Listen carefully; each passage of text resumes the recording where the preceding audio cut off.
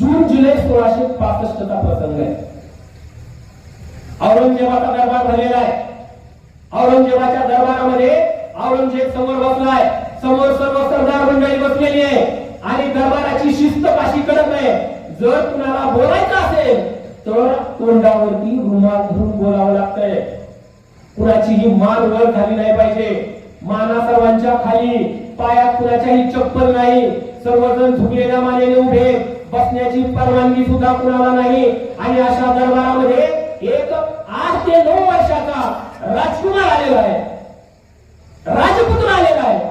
आणि त्या राजपुत्राच्या शेजारी बाजूला एक तगडा मल्ल उभा आहे. आणि औरंगजेब त्या राजकुमाराला प्रश्न विचारतोय, काय रे, या मल्लाबरोबर मल्लयुद्ध खेळणार का? औरंगजेबाचे हे शब्द कानावर पडतात संपूर्ण दरबार थरारलेला आहे. कारण औरंगजेबाचे शब्द म्हणजे नुसता प्रश्न नाही, ती आज्ञा असते. आता काय होणार, या बालकाचं काय होणार, म्हणून सगळ्यांचं हृदय असं पिळवटून निघाले. आता नेमकं घडतंय काय दरबारामध्ये?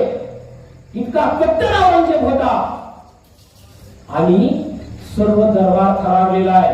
फक्त एकच मुलगा असा आहे की तो घाबरलेला नाही. त्या मुलाने समोर औरंगजेबाकडे पाहिलंय. कुणाची हिंमत होत नव्हती औरंगजेबाकडे पाहायला.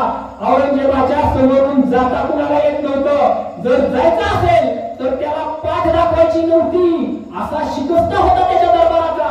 पण हा 9 वर्षाचा बालक औरंगजेबाच्या समोर उभा आहे. त्याच्या नजरेला नजर मिळवली आणि काय म्हणतोय, राजपुत्र आहे, राजाचा पुत्र आहे, बरोबरीच्या बरोबर पहिलं युद्ध खेळतो, पुन्हा आयल्या बरोबर नाही.